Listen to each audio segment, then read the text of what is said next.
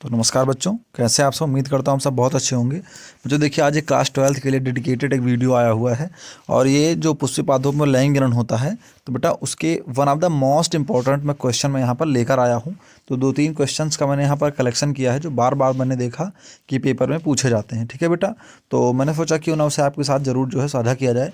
तो यहाँ पर बेटा मैंने पहला क्वेश्चन लिया है कि अनिषेक जनित फल क्या है। कौन सा बेटा? अनिषेक जनित फल क्या हैं और एक उदाहरण दीजिए।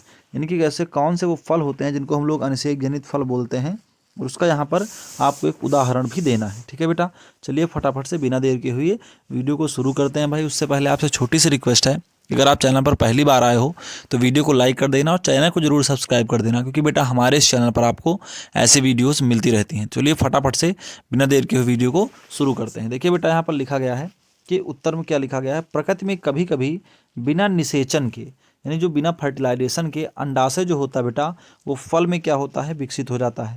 यानी प्रकृति में क्या होता है, कभी कभी बिना निषेचन के जो अंडाशय होता है वो फल में विकसित हो जाता है। तो यह क्रिया क्या कहलाती है? अनिषेक फलन कहलाती है। यह क्रिया क्या कहलाती है? अनिषेक फलन कहलाती है। तथा अनिषेक फलों में जो बीजांड होता है वो बीज में परिवर्धित नहीं हो पाता, अर्थात फल जो होते हैं वो क्या होते हैं, बीज रहित होते हैं। इसका आप मतलब समझिए। लिखा गया है बेटा कि प्रकृति में कभी कभी क्या होता है कि बिना निषेचन के ही जो अंडाशय होता है वो फल में विकसित हो जाता है और यह क्रिया अनिषेक फलन कहलाती है। ठीक है, यह क्रिया जो होती है वो अनिषेक फलन कहलाती है। तथा जो अनिषेक फल होते हैं उनमें जो बीजांड होता है वो बीज में परिवर्धित नहीं हो पाता। ठीक है, अर्थात जो फल होते हैं वो क्या होते हैं, बीज रहित हो पाते हैं। मीन्स कि बेटा जैसे आपने केला देखा होगा, ठीक है, केले में भी क्या होता है, बीज नहीं पाया जाता। पपीता, संतरा, नाशपाती और अनानास ये ऐसे बीज होते हैं बेटा जो अनिषेक, ऐसे फल होते हैं जो अनिषेक जनित होते हैं। यानी इनमें जो है जो अंडाशय होता है वो क्या होता है कि बिना बीज के ही उसमें निषेचन के पश्चात फल में विकसित हो जाता है इसका पूरा अंडाशय। ठीक है, तो उम्मीद करता हूँ बेटा अनिषेक जनित फल आपको समझ में आ गया होगा। नेक्स्ट क्वेश्चन मैंने यहाँ पर लिया है बेटा कि बहुभ्रूणता किसे कहते हैं। कौन सा क्वेश्चन है बेटे? बहुभ्रूणता किसे कहते हैं और यह कितने प्रकार की होती है, स्पष्ट कीजिए। बहुभ्रूणता किसे कहते हैं और यह कितने प्रकार की होती है। तो यहाँ पर देखिए आंसर में क्या लिखा गया है, कभी कभी एक ही बीज में एक से अधिक भ्रूण विकसित हो जाते हैं। कभी कभी क्या होता है बेटा कि एक ही जो बीज होता है उसमें एक से अधिक भ्रूण जो होते हैं वो क्या होते हैं, डेवलप हो जाते हैं, विकसित हो जाते हैं। ठीक है, कभी कभी एक ही बीज में एक से अधिक जो भ्रूण होते हैं वो विकसित हो जाते हैं। तो इसे ही क्या बोलते हैं बेटा, इसे ही बहुभ्रूणता वो कहते हैं। कभी कभी एक ही बीज में एक से अधिक भ्रूण जो होते हैं वो विकसित हो जाते हैं और इसे ही बहुभ्रूणता कहते हैं। आगे लिखा हुआ है बहुभ्रूणता की खोज सबसे पहले सन 1719 में, यानी वो बहुभ्रूणता थी उसकी खोज सबसे पहले सन 1719 में ल्यूवेन हॉक ने संतरों के पादपों में की थी।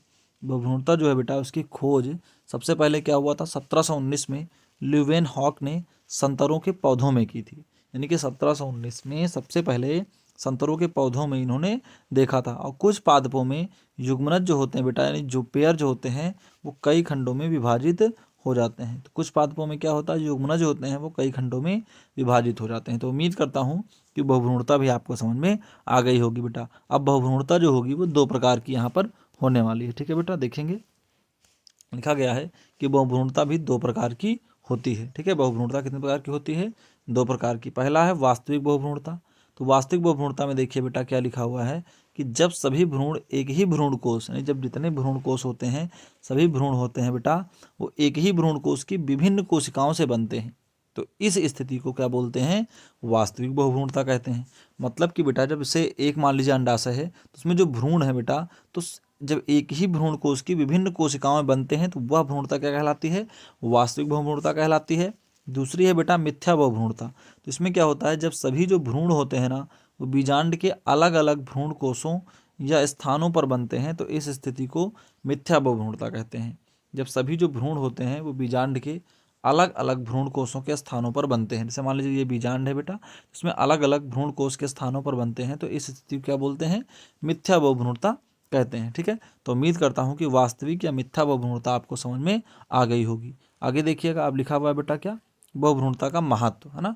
तो बहुभ्रूणता का क्या यहाँ पर महत्व है, हम लोग इसको समझेंगे। तो बहुभ्रूणता हमारे लिए क्यों यूजफुल है, क्यों उपयोगी है, इसको हम लोग यहाँ पर समझेंगे। देखिएगा बेटा लिखा हुआ है बहुभ्रूणता का महत्व, यानी बहुभ्रूणता का क्या महत्व है। तो लिखा है इससे जो प्राप्त नवोद्भिद जनक पौधे होते हैं, मीन्स कि बेटा इससे प्राप्त नवोद्भिद मतलब होता है नए पौधे। तो जनक पौधे के समान होते हैं। यानी भ्रूणता से जो पौधे प्राप्त होते हैं वो जनक पौधे के समान होते हैं। अतः यह क्या होता है, एक प्रकार का कायिक जनन के समान ही उपयोगी होता है। कौन, मतलब भ्रूणता में नवोद्भिद जो जनक पौधे के समान होते हैं, अतः यह कायिक जनन के समान ही क्या होता है, उपयोगी होता है। ठीक है बेटा, आगे लिखा हुआ है ये सामान्यतः रोग मुक्त होते हैं। कौन, का ये पौधे है ना, बहुभ्रूणता वाले पौधे सामान्यतः क्या हो गए, रोग मुक्त होते हैं।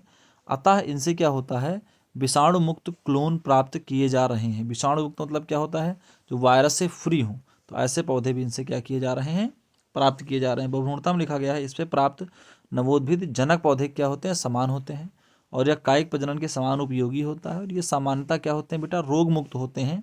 इनसे विषाणु मुक्त क्लोन प्राप्त किए जा रहे हैं। ठीक है बेटा, तो उम्मीद करता हूँ कि ये भी आपको समझ में आ गया होगा। आगे देखेंगे नेक्स्ट क्वेश्चन बेटा, यहाँ पे जो हमने लिया है नेक्स्ट क्वेश्चन है, परागण क्या है और पौधों में यह कितने प्रकार का होता है। यानी कि जो परागण है वो क्या है बेटा, पौधों में जो परागण का प्रकार होता है तो वो कितने प्रकार का होता है। ठीक है, देखिएगा लिखा गया है परागण क्या है और पौधों में परागण कितने प्रकार का होता है। ठीक है, तो यहाँ पर हम समझेंगे।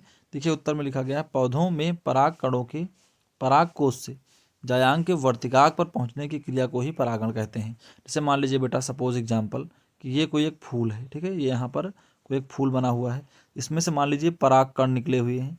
तो ये क्या करते हैं, जो यहाँ पर दूसरा फूल बना हुआ है, तो इस दूसरे फूल के वर्तिकाग्र पर क्या होगा, इसका परागण जब पहुँचेगा तो यही प्रक्रिया क्या कहलाती है बेटा, यही प्रक्रिया यहाँ पर कहलाती है क्या, परागण। ठीक है, तो लिखा गया है कि पौधों में पराग कणों के पराग कोष से जायांग के वर्तिकाग्र पर पहुँचने की क्रिया को ही क्या बोलते हैं बेटा, परागण कहते हैं। ठीक है, आगे देखिएगा, अब लिखा हुआ है क्या कि परागण जो होता है बेटे वो दो प्रकार का होता है। ठीक है, परागण जो होगा वो दो प्रकार का होता है। सबसे पहला है बेटा यहाँ पर स्वपरागण, और दूसरा कौन सा होता है, परपरागण। ठीक है, स्वपरागण और परपरागण।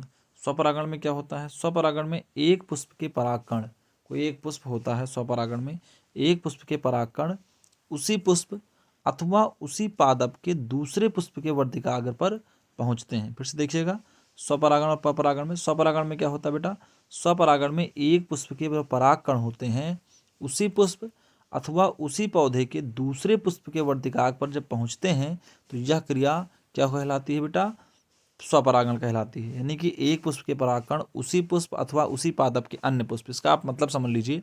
जैसे मान लीजिए बेटा, सपोज ये एक पेड़ है। ठीक है, और एक पेड़ में क्या हुआ कि दो फूल हैं, एक यहाँ एक यहाँ। ठीक है, और उसके बाद एक यहाँ पर। तो मान लीजिए स्वपरागण क्रिया में क्या होता है कि इस पुष्प के परागकण या तो इसी में पहुंच जाएं या इसी पौधे, यानी यही तो पौधा है, इसी पौधे में अन्य पुष्प ये है और ये भी है, तो चाहे तो परागण उसी में पहुंच जाएं, चाहे तो इसी में से निकलकर उसी पौधे के अन्य पुष्प पर पहुंच जाएं। तो ये क्रिया क्या कहलाती है, ये क्रिया यहाँ पर बेटा स्वपरागण कहलाती है। ठीक है, तो उम्मीद करता हूँ कि स्वपरागण आपको समझ में आ गया होगा। आगे देखिएगा बेटा, क्या लिखा हुआ है, परपरागण, है ना। परपरागण क्या होता है, और एक पॉइंट और लिखा हुआ है, यह क्रिया द्विलिंगी व एक लिंगी दोनों पुष्पों में पाई जाती है। यानी चाहे वो द्विलिंगी हो, जिस बेटा नर और मादा एक जो है क्या हो, एक ही में हो, चाहे एक लिंगी हो, नर अलग हो मादा अलग हो, तो उनमें भी यह क्रिया पाई जाती है। अगला हेडिंग है बेटा यहाँ पर परपरागण। ठीक है, तो क्या होता है परपरागण, हम यहाँ पर परपरागण के बारे में समझेंगे। देखिए लिखा हुआ है, परपरागण में जो एक पुष्प होता है ना, उसके परागकण, यानी परपरागण में एक पुष्प के परागकण उसी जाति के दूसरे पादप के वर्तिकाग्र पर पहुंचते हैं। यानी कि जो परपरागण होता है बेटा, उसमें एक पुष्प के परागकण जो होते हैं वो उसी जाति के दूसरे पौधे के वर्तिकाग्र पर पहुंचते हैं। यानी कि जैसे मान लीजिए ये एक पेड़ है। ठीक है, इसमें यहाँ पर दो फूल लगे हुए हैं, तीन, दूसरा ये है, ये भी मान लीजिए, है ना, ये बेटा गुलाब का पेड़ है और ये भी काहे का पेड़ है, गुलाब का पेड़ है। तो इसमें क्या होगा कि एक परपरागण में एक पुष्प के परागकण, यानी इस पुष्प के परागकण उसी जाति के, तो ये भी गुलाब है, ये भी गुलाब है, तो इसी जाति के दूसरे पुष्प के वर्तिकाग्र पर पहुंचेंगे, तो ये क्रिया क्या कहलाएगी, ये क्रिया यहाँ पर परपरागण कहलाएगी। ठीक है बेटा, तो उम्मीद करता हूँ कि स्वपरागण और परपरागण इतना आपने समझा होगा। क्या लिखा हुआ है कि परपरागण में एक पुष्प के परागकण उसी जाति के दूसरे पादप के वर्तिकाग्र पर पहुँचते हैं, तो इस क्रिया में बीज उत्पन्न करने के लिए एक ही जाति के दो पादप काम आते हैं। जब हमें बीज उत्पन्न करना हो तो वो वाला गुलाब और ये गुलाब का दूसरा पेड़, तो ये दोनों हमें क्या होंगे बेटा, काम में आएंगे। यहाँ परागकणों को किसी दूसरे पुष्प के वर्तिकाग्र पर पहुँचने के लिए, यानी यहाँ पर बेटा जैसे मान लीजिए यहाँ से परागकण यहाँ पर पहुँचेगा तो क्या अपने आप थोड़े ना पहुँचेगा भाई, तो यहाँ पर क्या होगा, परागकणों को किसी दूसरे पुष्प के वर्तिकाग्र, यहाँ पर काग्र रहेगा, वर्तिकाग्र तक पहुँचने के लिए किसी क्या होती है, साधन की आवश्यकता होती है, यानी कोई माध्यम चाहिए जिससे यहाँ से एक स्थान से दूसरे स्थान पर पहुँच पाएँ। ठीक है बेटा, तो उम्मीद करता हूँ कि ये जो आज का मैंने आपको बताया ना कुछ इंपॉर्टेंट क्वेश्चंस, तो ये आपको समझ में आए होंगे। ठीक है बेटा, ऐसे ही और सारे इंपॉर्टेंट क्वेश्चन के लिए इस वीडियो को लाइक और हमारे चैनल को सब्सक्राइब जरूर कर लेना, क्योंकि हमारे इस चैनल पर आपको ऐसी वीडियोस मिलती रहती हैं। ठीक है, तो आज के लिए बस इतना ही, मिलते हैं अगले वीडियो में, तब तक के लिए जय हिंद और वंदे मातरम बच्चों।